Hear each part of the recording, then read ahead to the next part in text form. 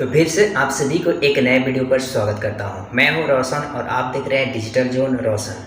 तो आज के इस वीडियो में हम बताने वाला हूं यहाँ पर केवल पेमेंट के बारे में। जो यहाँ पर इंटरमीडिएट में ऑनलाइन एडमिशन हो रहा है, एडमिशन यानी कि एडमिशन के लिए ऑनलाइन अप्लाई हो रहा है फॉर्म को, यानी कि आपको लिस्ट में नाम आने के लिए।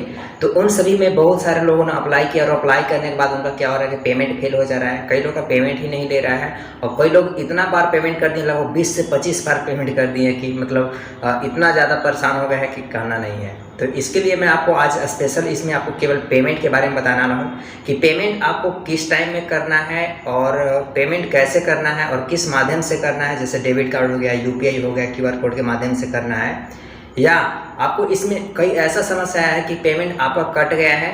जी हाँ दोस्तों, ऐसा बहुत सारा समय, बहुत ज़्यादा समस्या हमारे जो कमेंट्स में है, बहुत सारा ऐसे समस्या है, बहुत सारा समस्या कि मतलब सर मेरा पेमेंट कट गया और पेमेंट आया भी नहीं है, क्या करें, उसका पेमेंट रिफंड आएगा कि नहीं आएगा।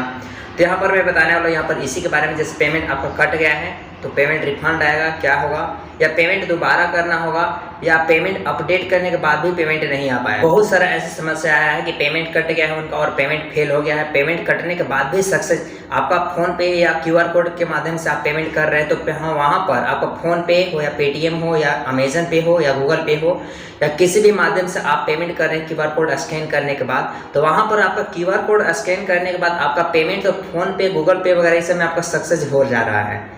लेकिन आपका समस्या आ रहा है यहाँ पर कि जहाँ जो आपका पोर्टल है उस पोर्टल पर आपका फेल हो जा रहा है। अब क्या करेंगे इस स्थिति में? पेमेंट पोर्टल पर ही फेल हो जा रहा है। यहाँ पर पेमेंट तो सक्सेस हो जा रहा है फोन पे में, लेकिन आपका पेमेंट पोर्टल पर ही फेल हो जा रहा है। तो पेमेंट उस स्थिति में आप क्या करेंगे?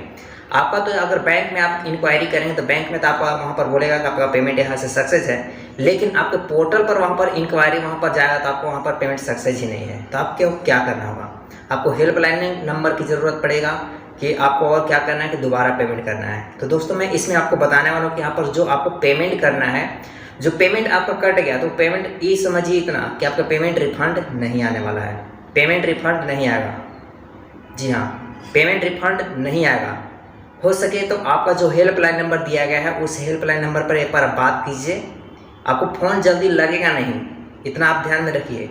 लेकिन हाँ, आपका जब पेमेंट कटा है तो आपको थोड़ा मेहनत तो करना ही पड़ेगा। जी हाँ दोस्तों, मैं आपको हेल्पलाइन नंबर भी इस डिस्क्रिप्शन बॉक्स में डाल दूंगा, या तो आपको स्क्रीन पर दिखा दूंगा कि हेल्पलाइन नंबर ये वाला है।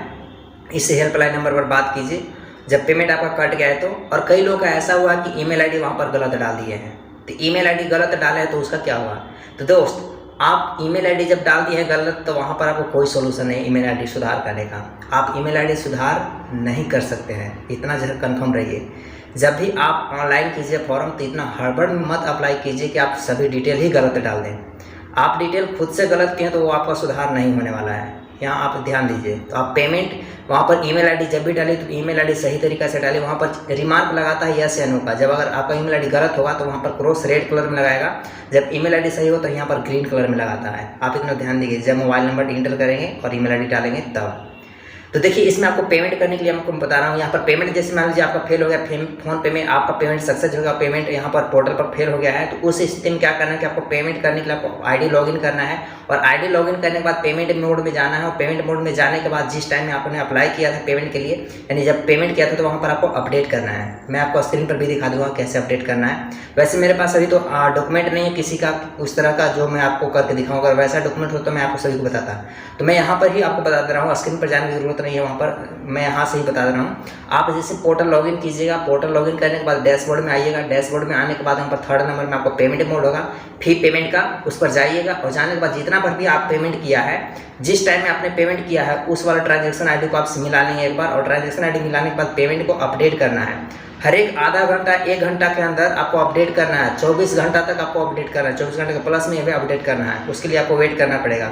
यही एक सोल्यूशन है उसका, केवल अपडेट करने का। आप अपडेट कीजिएगा तभी आपको वहाँ पर पेमेंट सक्सेस होगा। अपडेट कीजिएगा, पेमेंट आपका सक्सेस हो जाएगा। अगर नहीं होता है सक्सेस तो आप हेल्पलाइन नंबर पर बात कीजिए। मैं आपको हेल्पलाइन नंबर डिस्क्रिप्शन बॉक्स में डाल दूंगा, जहाँ से आप बात कीजिएगा हेल्पलाइन नंबर पर। वहाँ हो सकता है सोल्यूशन हो जाए।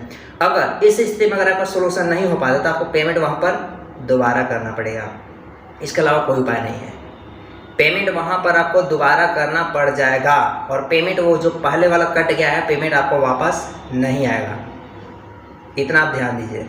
तो इसलिए आप पेमेंट जब भी कीजिए तो जो भी कैंडिडेट का आप अप्लाई करें तो अप्लाई करने के बाद आप पेमेंट इस टाइम में कीजिए कि आपको पेमेंट उस टाइम हमेशा सक्सेस आए। मैं पेमेंट जब भी करता हूँ तो मैं 10-11 बजे के रात के बाद में पेमेंट करता हूँ ताकि सक्सेस अच्छी तरह से हो। तो मेरा अभी तक कोई पेमेंट फंसा हुआ नहीं है।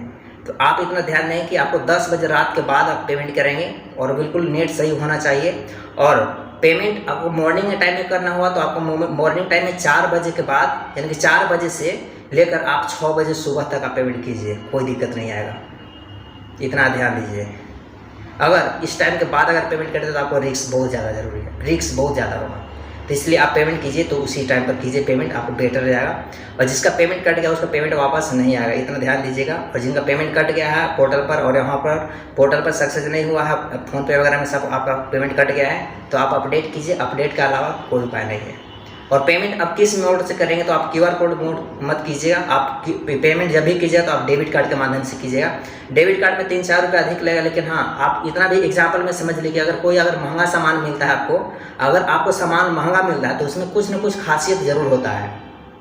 जी हाँ, आपको अगर सामान महंगा मिलता है तो उसमें कुछ न कुछ खासियत तो ज़रूर होता है। इसलिए आपका जब भी अगर डेबिट कार्ड से अगर पेमेंट ज़्यादा लग रहा है, 3-4 रुपये ज़्यादा लग रहा है, यानी टोटल 64-65 रुपये जो भी लग रहा है या 69 जो भी लग रहा है, तो उसमें आपको 100% लगभग रहता है उसमें कि आपको पेमेंट सक्सेस हो जाएगा। तो इसलिए आप डेबिट कार्ड से पेमेंट कीजिए, QR कोड के मत यूज़ कीजिए। अभी मैं यही सलाह दूंगा कि आप डेबिट कार्ड के माध्यम से पेमेंट कीजिए। तो यही थी अपडेट। वीडियो अच्छा लगा तो लाइक कीजिएगा। और जो मैंने वो बताया है आपको सोल्यूशन अपडेट करने का, वो अपडेट हमेशा करते रहिए। पेमेंट मोड में जाके आप हर एक आधा घंटा के अंदर पेमेंट कीजिए, पेमेंट मोड वाला अपडेट कीजिए, हो जाएगा, उम्मीद है। क्योंकि सभी वही उपाय है लास्ट, अगर उसके अलावा कोई आपको उपाय नहीं। कितना भी वीडियो देख लीजिएगा यूट्यूब पर, आपको कहीं इस तरह का सोल्यूशन, यही सोल्यूशन केवल बताया जाएगा और इसके अलावा कोई सोल्यूशन नहीं है। इसके लिए और हेल्पलाइन नंबर दे दूंगा जहां से आप बात कीजिएगा और हो सकता है आपको वहां से आपको सोल्यूशन हो जाए। तो दोस्त यही थी अपडेट। वीडियो अच्छा लगा तो लाइक जरूर कीजिए, सभी फ्रेंड को शेयर कर दीजिए। और जितने भी कैफे वाले हैं तो आप थोड़ा ध्यान देकर ध्यानपूर्वक और सावधानीपूर्वक से पेमेंट कीजिए ताकि आप लॉस में नहीं जाएँ। चलिए मिलते हैं एक नए वीडियो में नए टॉपिक के साथ।